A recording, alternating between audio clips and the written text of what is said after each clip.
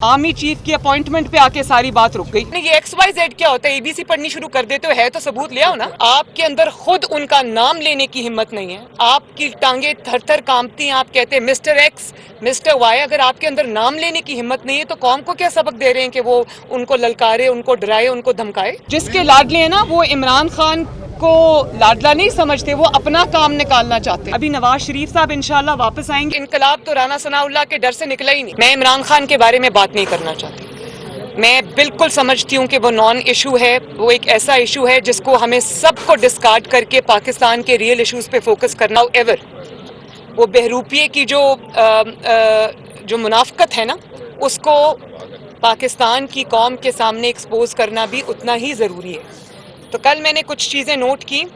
मैं उस अजाब से, उनकी जो तकरीर है उसको सुनने के अजाब से गुजरना पसंद नहीं करती, लेकिन एक चीज़ मैं ज़रूर कहूँगी कि वो इन्होंने अभी जो फरमाया कि मिस्टर एक्स मिस्टर वाई, खौफ के बुत तोड़ दो। क्या अपने लोगों को वो कह रहे थे कि खौफ के बुत तोड़ दो और गुलामी की जंजीरों से आज़ाद हो जाओ। अगर ये तुम्हें डराएं तो तुम उनको डराओ, तो ये तुम्हें धमकाएं तो तुम उनको धमकाओ। तो मैं ये पूछना चाहती हूँ कि अगर मैं वहाँ सामने खड़ी होती तो मैं ये सवाल करती कि आपके अंदर खुद उनका नाम लेने की हिम्मत नहीं है, आपकी टांगे थर थर कांपती हैं, आप कहते हैं मिस्टर एक्स मिस्टर वाई। अगर आपके अंदर नाम लेने की हिम्मत नहीं है तो कौम को क्या सबक दे रहे हैं कि वो उनको ललकारे, उनको डराए, उनको धमकाए।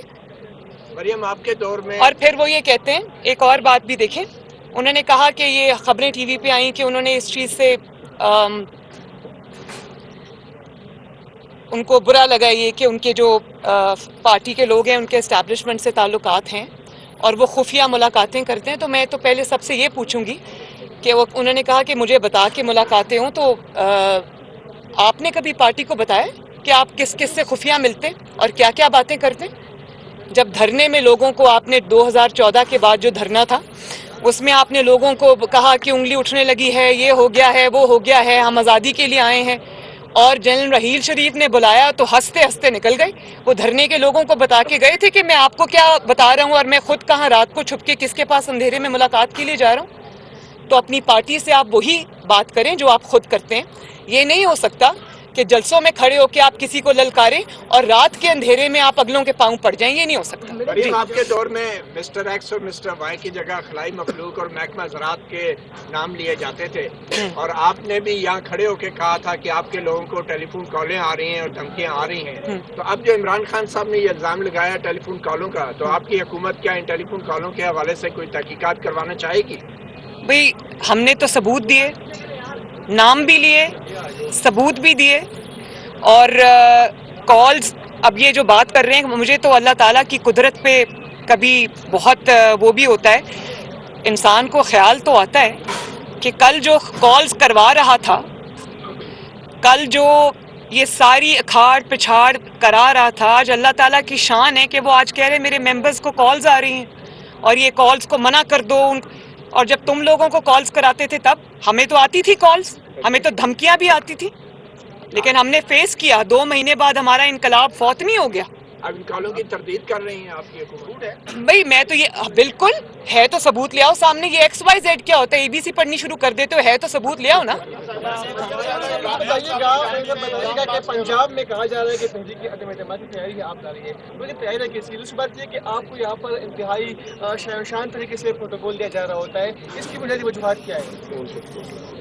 ये जो आपने पंजाब की बात की, देखें वो अदालती हुकूमत है, वो नाजायज़ हुकूमत है, उसको इंशाअल्लाह ताला एक ना एक दिन ख़त्म होना है। जितनी जल्दी हो जाए उतना बेहतर है। जी, इमरान खान साहब की जानिब से लॉन्ग मार्च के हवाले से तैयारियां कॉल दे दी गई है। क्या आप लोग पावर के जरिए उनको रोकेंगे या फिर कोई डायलॉग या फिर मुज़ाकरात के जरिए मामलात को टैकल डाउन करने की कोशिश करेंगे? देखिए, लॉन्ग मार्च हमने भी किए, बाकी जमातों ने भी किए। मैं जमहूरियत की हामी हूँ, मैं जमहूरियत में जमहूरी राय का एहतराम करती हूँ, लेकिन ये बात जमहूरी जमातों के लिए और ये जमहूरी लीडरान के लिए। जो इंसान जत्थे लेकर आ जाए और कभी वो कहे कि प्राइम मिनिस्टर को गर्दन से निकालो, मार मार के पुलिस वालों की हड्डियां तोड़ दें, और फिर जनरल रहील शरीफ से मुलाकात करने रात के अंधेरे में हंसता हंसता निकल जाए, और उसके बाद वो जब कहे कि मैं इलेक्शन की डेट लेने आ रहा हूँ تو پورے اسلام آباد کو نظر آتش کر دے اور جو املاک ہیں ان کو نظر آتش کر دے اور جتھے لے کر حملہ آور ہو کہ میری بات اگر نہیں مانی تو میں آگ لگا دوں گا. میں اس کو نہ جمہوری جماعت سمجھتی ہوں، نہ جمہوری رویہ سمجھتی ہوں، نہ جمہوری لیڈر سمجھتی ہوں. ان کو لانگ مارچ کی ضرورت تھی، کچھ تھی، تو اس کے ایک طریقے ہوتے ہیں. آپ دھمکانے کے لیے نہیں کر سکتے. اور پھر وہ سارا جو نیریٹو دیا تھا انہوں نے کہ میرے خلاف سازش ہو گئی، مجھے امریکہ نے میرے خلاف سازش کر دی، بین الاقوامی سازش کر دی. آج انہی لوگوں کو بلا کے ان سے مل رہے ہیں، ان کو پیسے دے رہے ہیں کہ میرے دوبارہ سے تعلقات جو ہے وہ بحال کراؤ. تو کدھر گئی وہ سازش جس کے نتیجے میں ہم نے یہ انقلاب دیکھا تھا، غلامی کی زنجیروں سے آزادی، انقلاب لے کے آ رہا ہوں. تو وہ انقلاب تو رانا ثناء اللہ کے ڈر سے نکلا ہی نہیں. ایک سیکنڈ اور اس کے بعد اب آپ دیکھیں وہ چلتا ہوا وہاں سے کہ میرے خلاف خط آ گیا، سازش ہو گئی، امریکہ نے سازش کر دی، امپورٹڈ حکومت آ گئی، یہ ہو گیا. اور اب کیا بات ہے، اب آرمی چیف کی اپوائنٹمنٹ پہ آ کے ساری بات رک گئی کہ میرے پسند کا چیف اپوائنٹ کرو گے تو ٹھیک ہے، نہیں تو میں پورے انسٹیٹیوشن کو جو ہے وہ ملائن کر دوں گا، ان کے چہرے سیاہ کر دوں گا. یہ رویہ ایک جمہوری انسان کا رویہ ہے. مجھے اس بات کا جواب چاہیے کہ یہ کوئی جمہوری انسان کا رویہ ہے کہ میرے پسند کی اگر بندہ نہیں آیا تو میں سب کے چہرے داغدار کر دوں گا.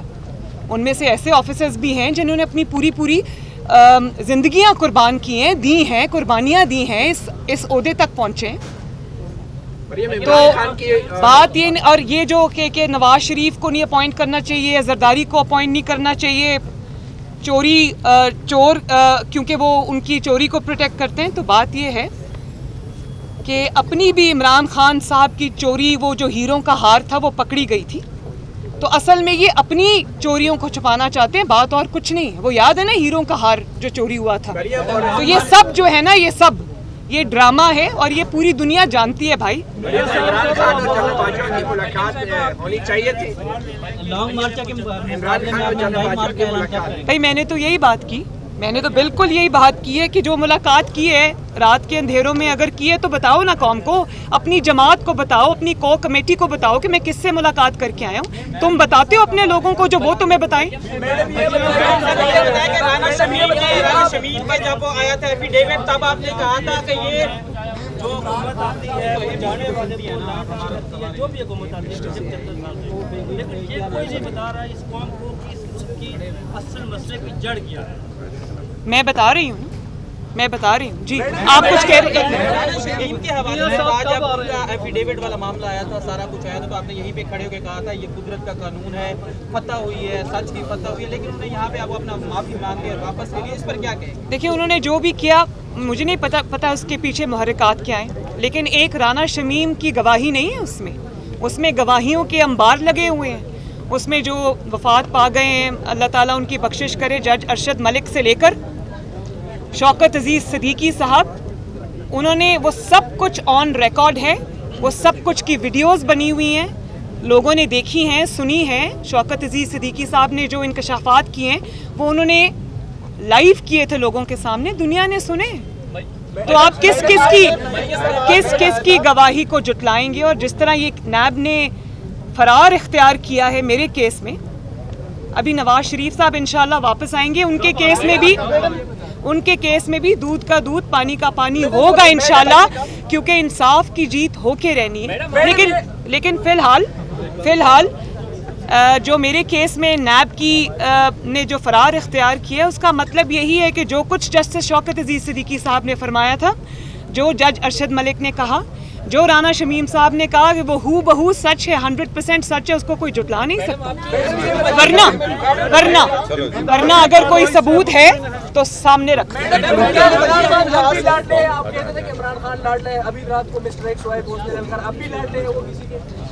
کسی کے اور وہ میں ایک بات بتا دوں، وہ جس کے لاڈلے ہیں نا، وہ عمران خان کو لاڈلا نہیں سمجھتے، وہ اپنا کام نکالنا چاہتے کہ بجلی کے بلوں میں جو اضافہ ہوا ہے وہ عوام کی قوت سے باہر ہے. اس پہ عوام کو بڑی تکلیف کا سامنا کرنا پڑا ہے اور پڑ رہا ہے مہنگائی کی وجہ. لیکن مہنگائی کی وجہ شہباز شریف صاحب نہیں، مہنگائی کی وجہ وہ IMF کا معاہدہ اور عمران خان کی 4 سال کی نالائکی اور نااہلی ہے، جس کی وجہ سے ہماری اکانومی آج کل جو ہے وہ اس پوزیشن میں ہے کہ اس کو ٹھیک کرنے کی کوشش کے باوجود بھی ابھی وہ ठीक नहीं हो सक रही, लेकिन मैं आपको ये बताऊं कि ये जो 4 साल की नाअहली और नालायकी इसके दूरस्त नताइज होते हैं और ये आहिस्ता आहिस्ता इंशाअल्लाह ताला संभल जाएगी।